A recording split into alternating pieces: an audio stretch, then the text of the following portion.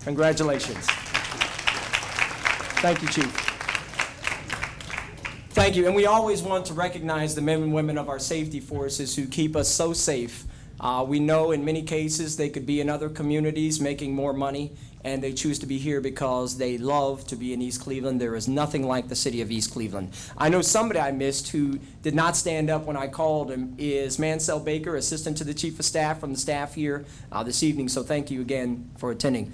I want to bring before you, as he makes his way up, a good friend of mine, a gentleman who is a vice president of community relations or something along those lines, public affairs, at RPM, a $3 billion plus corporation headquartered here in Northeast Ohio. It's a corporation that has a commitment to community service and a commitment to being a good corporate citizen. And they have picked a dynamic, outstanding man as one of their vice presidents who shares that corporate commitment. He's here tonight, not on behalf of that company that he works for, but he's always happy to get a free commercial for RPM. But he's here because he's a member of the Charter Review Commission, and he's a person who is spearheading and helped shape the county reform movement. Now that the election passed from last year, the people of Cuyahoga County decided that we wanted a new form of government here in our midst, and we are working toward that. And Randy is one of those people who goes from community to community to get genuine input from people and inform us as the process goes forward. So I'm really appreciative of the work that he does. I'm happy to call him a friend, and in just one moment I'll introduce him to you. But somebody who has joined us before that, Pastor Larry Howard from Greater Friendship Baptist Church has joined us this evening. So yet another man of God, and his wife, the First Lady of that church, Mrs. Howard. Thank you so much for joining us. And you're great neighbors, and I will take care of that wild lawn across the street from you.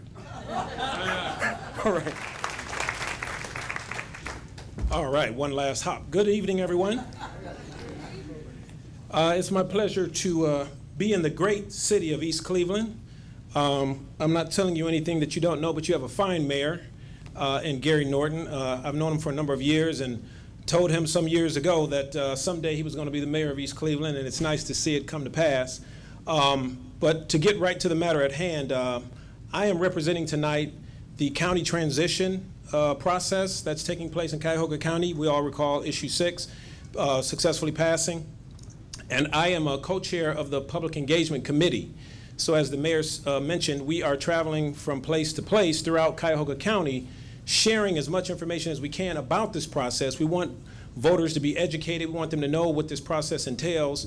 And we certainly want to open it up for questions and answers.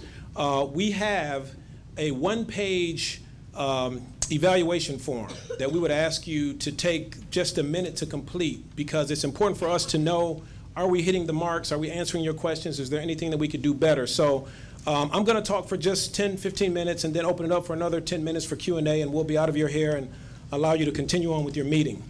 So with that, I'll jump right into the, if my clicker works here. I think I'm going to need a manual clicker.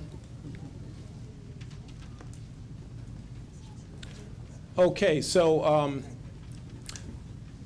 to work on that? It's nice to have handlers, I tell you, wow.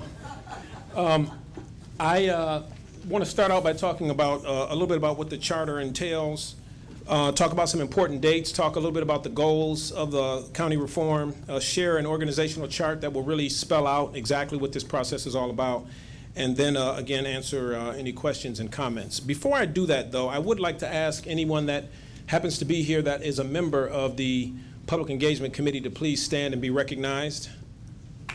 See Lauren in the back. Good. Thank you all. Okay, so if we can go to the next slide. So what does this charter establish? We hear a lot of talk about this new county charter. We want you to know that at the end of the day, what we're talking about, and you can follow the slide here behind me, we are creating an executive/council form of government. We're eliminating the 3 county commissioner seats and replacing them with 1 county executive and 11 county councils. This next point is very important for you to understand, that all elected offices, except for the county prosecutor, become appointed offices. So positions like the county recorder, the county treasurer, the sheriff, et cetera, will become appointed.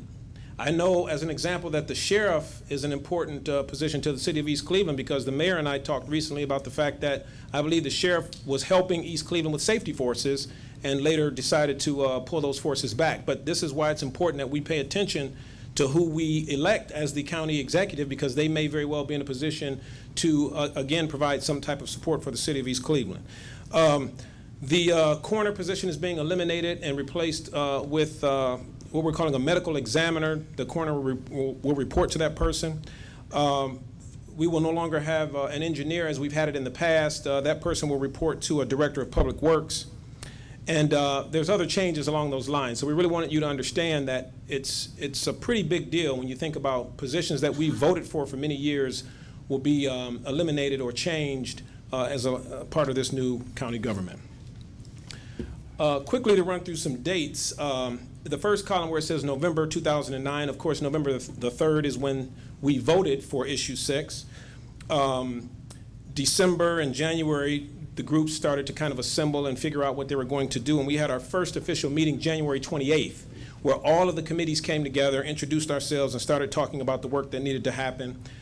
February 17th, we had our first public forum at Cleveland State University, and just last week, June 24th, we had a candidate education seminar where we wanted all of the people that are running for county office to actually understand the intricacies of county government. It's a very large, complicated governmental structure. And I think by the end of the day, they were very much appreciative of all they learned about Cuyahoga County government. To keep moving, we can go to the next slide so that you can kind of see what's coming up. As we wind down summer, I would ask you to keep in mind that August the 3rd is when early voting begins. We will have the election on September 7th, the primary election. That's the day after Labor Day, so there are those that are concerned that not as many people would come out. I would encourage you to please vote. This is a critical election. Obviously, the general election is going to be November 2nd, and then in January, as you can see from the box, we get down to the nitty-gritty work of handing over the keys, if you will, to the new executive and the new county council. Next slide. Very quickly, the goals. The goals of county reform is not just to restructure county government, but it's also to maximize what the county has already done well. There's 8,000 plus people working for the county. I've had the chance to work with maybe 100 of them over the course of the last 6 months, and I can tell you we have some fine citizens that really care about this county, that go the extra mile. And so it's not like we have to come in and fix everything.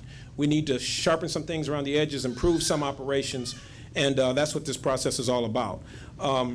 You may have heard that the goal is to figure out how to be more efficient, to maybe, as a result of being efficient, to save as much as $50 million.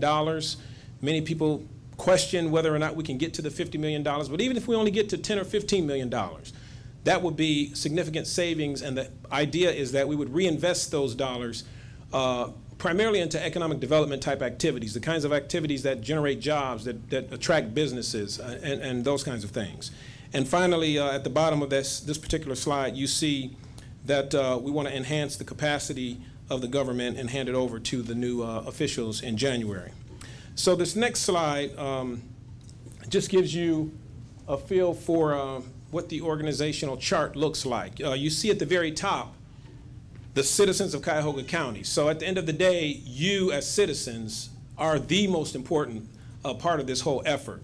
Underneath that, you have everyone else that's working on the process, but at the end of the day, it's the citizens that matter most. We can go to the next slide because I'll talk in more detail about those. But you see here the Transition Advisory Group. Thank you. The charter actually called for, if the issue passed, that the county commissioners would appoint 3 senior county officials to oversee the transition process. So the 3 names that you see listed here, Gary Holland, who works in Justice Affairs, Jim McCafferty, who's actually the county administrator right now, and Joseph Nani, who was a former head of HR for the county. They are the 3 individuals that will have the final responsibility of handing everything over once all the committees do all the work. And we can move to the next slide, please. So now the executive committee I happen to be a member of the executive committee, and we were given a pretty tall charge. If you sure go to the next slide.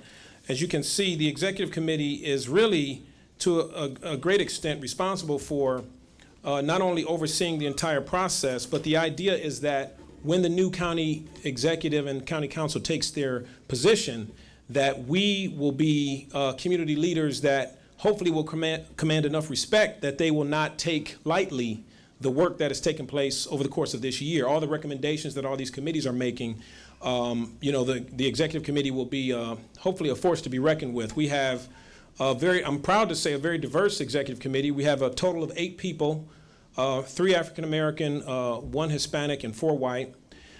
We have Sandy Cutler, the CEO of Eaton Corporation, Tom Zenti, the president of University Hospitals. We have Mayor Jackson from Cleveland. We have Jerry Sue Thornton, the president of Tri-C. We have Jim McCafferty, again, the county administrator. Martin Zanotti, who was very active with Issue 6. Jose Feliciano, who's a very prominent Latino attorney in Cleveland, I think with Baker Hostetler. And yours truly, Randy McShepard.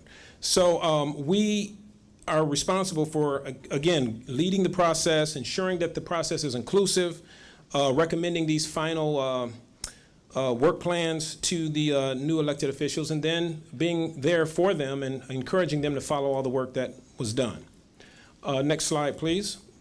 So here's where I will quickly run through some of the committees so that you just get a taste of what the committees are working on. Underneath the Transition Executive Committee that I just talked about, to the right is the Public Engagement. That's the group that I'm representing tonight. The folks I had stand earlier. Our charge has been to get all over the county to tell the story about county reform. And we are here in East Cleveland tonight to say that it's cities like East Cleveland that we can't forget about.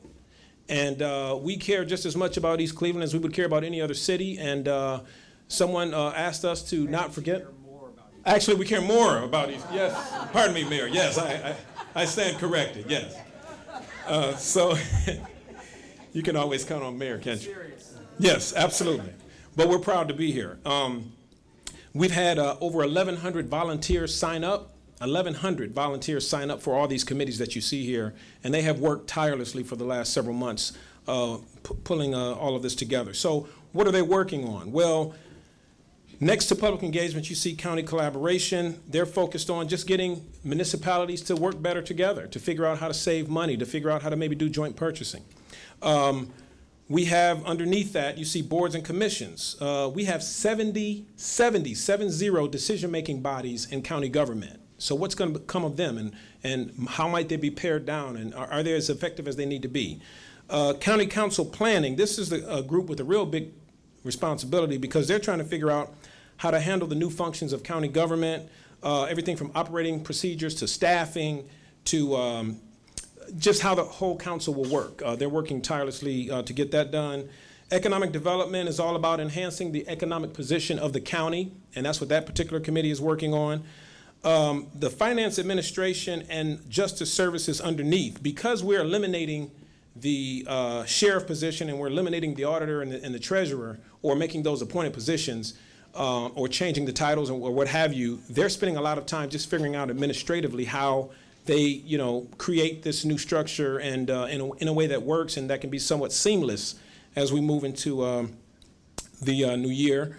Next to that, you see human capital quality places. That is a very important one because we said it's not enough to just talk about economic development, but we have to figure out how to connect people to economic development. So it's all about the human capital, the people that need the jobs, the people that will need to work for the companies that we might attract and grow in the region. Then you see procurement and public works underneath that. That's just assessing how we acquire goods and services for the county. Information technology, obviously how we can better use technology to track information. Human services, obviously, is one of the biggest things that the county does. We want to make sure that they do even a better job, especially since we're trying to be more efficient. And finally, human resources, because we're talking about merging some departments, we're going to have to figure out what we do with people, looking at salary comparisons, all those kinds of things. So I took a little more time on this slide because I wanted to give you just a taste of what the 1,100 volunteers have been working on for the last several months. Next slide, I'll blow through real quickly just to say, I've already said this, that we've had 1,000+ volunteers and another 50 to 100 working on special projects. And we have what we call functional work groups and related work groups. But most of that I just covered. So yeah, that's just the noting the fact that we've gotten some consulting help from a national firm called PFM. And also the Greater Cleveland Partnership has provided some staffing support along with the county. The next slide, basically everything that you need to know, everything that I just said and more is available on the website. We would really, really encourage you to visit charter.cuyahogacounty.us. You can get meeting information, you can see minutes from all of the meetings, you can watch, again, tonight's forum, but many other forums that we've had that have been videotaped. Just get all, you can read the charter, whatever you want to do, it's there on that site. It's a very well done site. So we would encourage you to visit that. Just forum dates, you can see these are some different parts of the county where we're having these forums. So if you'd like to come out to some of the other forums, you are welcome and encouraged to do so. We are asking certain committees to come out and present at different forums, so we would encourage you to do that. And other ways to learn include Twitter, Facebook, and if you want to request a speaker, you can jot that number down there. And I do believe we are ready to move into questions and answers. Thank you for your attention. Maybe we have 10 minutes or so for questions. We would ask, as you see from the slide, that you state your name before speaking. I'm going to get you, sir. State your name before you're speaking. If you are a candidate, please make that known to the audience. And we're asking that everyone be allowed to ask at least one question that wants to first before we have someone ask a second question. So would love to hear your questions, comments, and I might have some of my colleagues weigh in to help as well. The gentleman, yes, raised his hand first. Your name, please? My name is Robert Davis.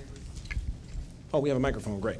My name is Robert Davis. I am a citizen of this fine city, and I'm a proud citizen of this proud city. No, I'm not a candidate for any position. East Cleveland, you can't hear me? There we go. East Cleveland, I have a big mouth, so I don't need any probably. East Cleveland has one of the richest histories of any suburban municipality in this area. Absolutely. Historic. At one time, we were a city of affluence. But over time, we have lost that luster because businesses has abandoned us. Our economic base has been eroded due to a low-income populace of people. And as a result, we are a city suffering, a proud city suffering. We have not benefited under the current form of government. How is it that we will benefit from this new form of government? Excuse me for being selfish, but how is the city of East Cleveland going to benefit from the new form of government? Because we need help out here. Yes. And we have a mayor who we believe in, a mayor who we believe is working hard, but a mayor who can only do so much unless those external to this city reach in and give us the help that we need. And also, is all of this going to ultimately lead to a regionalized form of government? Thank you. Well, to the last question, I'm not so sure about that. There's probably going to be a lot of pushback to that idea of regional government. But I would say what you could do to ensure that this matters to East Cleveland is watch very closely and become involved in who's running for office to represent this fine city as a council representative. You don't want someone to just, fall into a leadership position where they're then acting on your behalf and you haven't studied that person and made sure that they stand for the same kinds of things that you stand for, that they understand the challenges of the city, et cetera. The same would be could be said and should be said for the county executive. Knowing the economic challenges that this city faces, I would hope that many of you take the time to visit some of the candidate forums and ask these kinds of questions of candidates. You know, what are you going to do for my city? What's the strategy? What's the plan? Do you understand the kinds of challenges that we're facing in East Cleveland? And listen to their responses and make your decision based on that. I think that our work these past several months and throughout the rest of the year is to try to help these new elected officials to have as much information and at least a framework for a plan, so that they're not starting on January 1 trying to figure out what is county government and how do I turn the light switch on, but that they actually see that 1,100 volunteers have thought long and hard. People that, in every one of those categories, you have resident experts. If it's human services, you have county human services experts, you have people running large nonprofits and small nonprofits, social workers, et cetera. If it's economic development, you have, as a co-chair, the woman that runs the Federal Reserve Bank, you have business leaders, you have, so for every one of these topics, there's been a lot of serious time, effort, and energy put into the real work of putting together that framework. And it's just up to us, I'm a county resident as well, to ask the tough questions and make sure that we find the best people that we can. I just want to remind everyone, there is a 2-minute time frame for questions, and Dr. Brutney here will wave a 30-second card when you get to that point. Thank you. I'm Barbara Thomas, East Cleveland City Council, and I've been here in East Cleveland for 45 years. And I want to thank you because I did attend the workshop this past Saturday, and it was phenomenal. Also, I would like to say that giving the candidates an opportunity to come to these workshops is most beneficial. It was beneficial to me. I have been saying that this position is not a new position.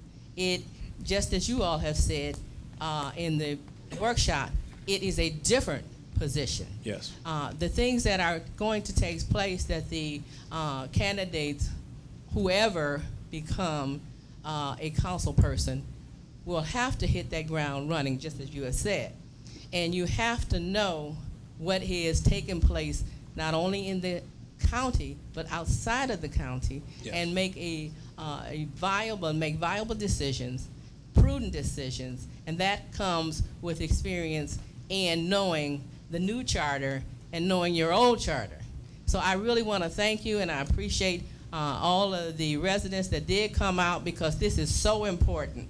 And you have to continue to know in which direction your county government is going and how honest the candidates are going to be. I was interviewed by the plain dealer, and he said, Council Thomas, I've checked you out and investigated, and you came out squeaky clean. So that's what I like to hear. Thank you. All right. Thank you.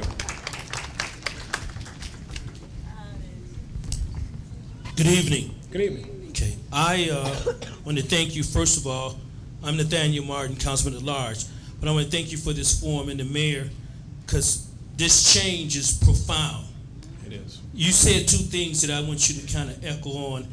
One is early voting, August 3rd. How is the county going to get the news out for the primary September 7th so that people know? Because it's after Labor Day, and this is the first time in the history of voting, I think, that they've had an election September 7th. So do you have a vehicle, media, et cetera, to start let people know like 3 or 4 weeks ahead or 2 weeks ahead that voting is to take place September 7th? And my last question is a two-part question is, what do you want all these citizens to get out of this forum? What's the most important thing that you think that the citizens need to know? Thank you. Okay. I would guess that the Board of Elections is working extremely hard to get the word out. Oh, great. She can answer. There will be an article in the Plain Dealer next week. The director of the Board of Elections, Jane Platten, is going to do a mass mailing of absentee applications. For those who won't be able to make it or want to do it, you can vote at home, and those that still want to go to the polls can go. Right. But to make sure that all of the active voters in the county have a chance to vote, absentee ballots will be massively mailed to all active voters. Okay, thank you. Well, that answers that question. But the second part of your question, what do I want people to walk away with or remember? That it's here. The new form of government is here. And it can either happen for us or it can happen to us. And the only way you can ensure that it happens for you is to get out and vote, study the candidates, and realize that it's only every 200 years that we reform county government. And we shouldn't be sitting on the sidelines just kind of watching and waiting. We need to be engaged. What scares me, just to further that, is I've heard projections that have said that we may only have 10 to 15% showing for the primary. So think about that. You have, what, 80 plus people that have pulled petition, or, you know. So if 10 or 15% of all eligible voters vote in the primary, that becomes somewhat concerning. So it's going to be important that we vote. It's going to be important that we take the time to understand the candidates and the entire effort, the transition effort. So, you know, people like me and all of our committee, we're always going to be available for the duration of, you know, the next several months. If you have questions, you can go to the website. If you can't get your answers there, you can call. You know, we'll be in touch. We'll be more than happy to respond. I wanted to follow up on that just briefly. Oh, I heard in relation to the lady from the Board of Elections. Just as real short. They'll do the mailing, but do you think there's a responsibility to do like a TV thing, a radio thing leading up to? Because this is new. And I heard what Phyllis Mosley said, but you understand where I'm coming from. Yeah. There needs to be something on the radio and TV at least a week or two leading up to September 7th to remind people who don't read their mail, who think it's junk mail, that type of thing. Right. I think you guys have a responsibility to do that. How do you feel about that, sir? Right. Well, I need to put you in touch with, I don't know if the woman can answer all your questions, but I can certainly help to put you in touch with the Board of Elections, because we can't speak for their budget and that kind of a thing. But I agree with you that it is absolutely critical that they do everything in their power. If it's television, if it's street marketing, if it's you know, media, newspaper, everything in between, I agree that it's that important, that we should do everything humanly possible to get the word out. But if you give me your card, I'd be happy to, I'll see when I get down. Yes. Hi, my name is Sharon Cole, and I am a candidate for Cuyahoga County Council District 10, which includes the city of East Cleveland. I had a comment and a question. Okay. The comment is, you had mentioned getting to know the candidates. There are 10 people running in District 10. So because it's so crowded, it's very important that everyone get to know those people and decide for themselves whether or not they're qualified. I've met many of the people in this room, but there will be at least 2 candidate forums that I am aware of. I believe NOAA is having one that was announced by Mr. Pace at the beginning. I believe it's August 3rd. So that'll be an opportunity for people to come back out and have some more deep discussions. And then tomorrow evening, I believe in the city of Cleveland Heights, at the community center up at Monticello and Mayfield, there will be a forum as well. So great opportunities to meet and understand the positions of all the candidates. Thanks for sharing that. But the question I had is there anything that will happen besides the executive committee post-election to keep the community engaged in the process so that they can hold the new officials accountable? Members of my committee and I are smiling because we are actually making the recommendation, because every committee gets to make a recommendation to the executive committee and ultimately to the new officials. But our committee feels that there needs to be the creation of an office of public engagement. So it's not just an episodic thing that you go around because it's election time and ask people what they think, but that there always be an open door at the county government where elected officials are sitting in front of everyday citizens and asking the tough questions, hearing what people think, figuring out how to, you know, fine-tune and tweak and do whatever is necessary. And we want it to be, you know, something that's taken very seriously, something that enough resources is put into that an actual office would be created. Not that it has to be 50 people, but even if it's 2 or 3 people in an office, we think it's just that important. So that's going to be our recommendation. And we're working furiously at putting together, you know, the final draft of what we will present. But I agree with you. It's absolutely critical that we go beyond the, you know, the road show that we're doing for this. My name is Don Scipione. I'm an independent candidate for county executive, and I wasn't going to ask a question tonight, but then there's this microphone, and I'm learning to become a politician, and it's what this gentleman had to say. I was born in Herod Road Hospital. My father had a machine shop on Coit Road where I did my first job, and that's where I announced my candidacy. I understand what you're saying. I love this city as much as you do, and I'm committed to making East Cleveland great again. Thank you.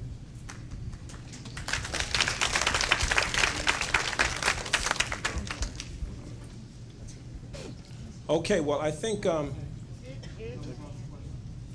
that time is not our friend. I do want to be respectful of the mayor's agenda, and I know there's other things that you all need to cover tonight. I do want to thank Bishop for opening up this beautiful church. It's just magnificent, and you're very kind, and my pleasure to meet you, sir. I'd like to ask you all to, if you haven't already, quickly complete those surveys, and if you pass them down the aisle, these gentlemen will pick those up. Again, for most of these, it's just checking off an answer. You don't have to write a whole lot or anything, but just check those off. Finally, I do want to thank my good friend, Mayor Norton. I know he will continue to do great things for this city. I've told him whatever I can do to help him, I will do so. And I just wish you all God's blessing and continued success. Thank you.